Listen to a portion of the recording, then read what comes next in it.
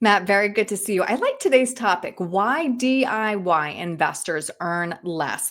According to Vanguard's Advisors Alpha study, a good financial advisor can add about 3% in net returns per year. That is incredible. Can you explain what you think is behind that performance gap? I think there's three main things. The first being tax planning. Taxes Mm, can make a huge impact in retirement, hundreds of thousands of dollars of difference. Second is behavioral finance. Missing the 10 best days over a 20-year period can literally cut the balance in half of your growth mm. rate. And the third, of course, is behavior finance. We're here to help you stay in the market. We're your coach to help you, no matter what we're hearing from day to day. Mhm. And besides the fact that you live in this world, you have access to a world of investment options that a lot of DIY investors might not even know exist.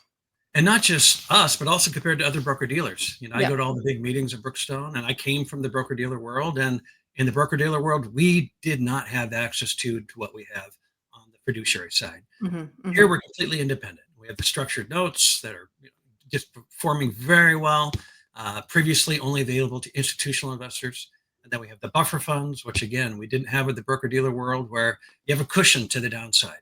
There's Hmm. so many things out there that the average do-it-yourselfer, they don't know what they don't know. And don't get me wrong, I know some incredible do-it-yourselfers, and they're doing a great job. But there's a difference when we get to preservation and distribution. We want Right. So much funds. more than just stocks and bonds, You're totally right. Yeah, yeah. especially when bonds are not doing well. All right. I want to throw a few more stats at you. According to Dalbar, which is a very famous study that comes out every year, DIY investors often underperform the market as well because they are driven by emotions. Explain what's going on there.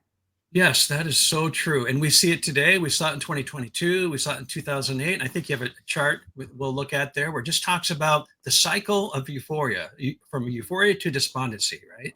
And as your coach, we're here to help you stay invested throughout various market cycles, understanding that there's different things on the marketplace that we can invest in and that have reduced risk. So back in the day, we were taught to get a good rate of return. We had to take a lot of risk.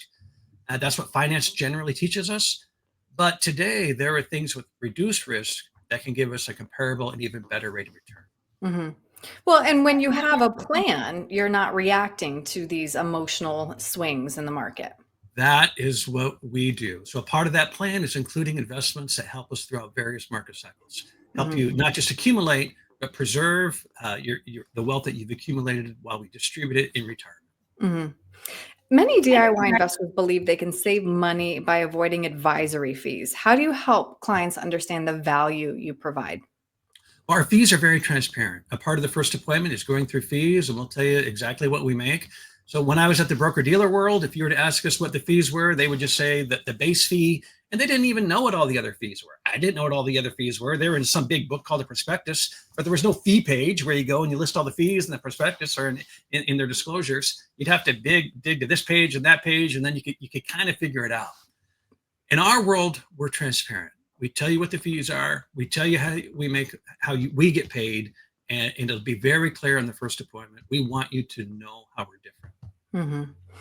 You and I were talking offline. You feel that when we are young and in the accumulation phase, it really doesn't matter maybe if you have an advisor as long as you're just really good about saving, but that changes when we get into that retirement red zone.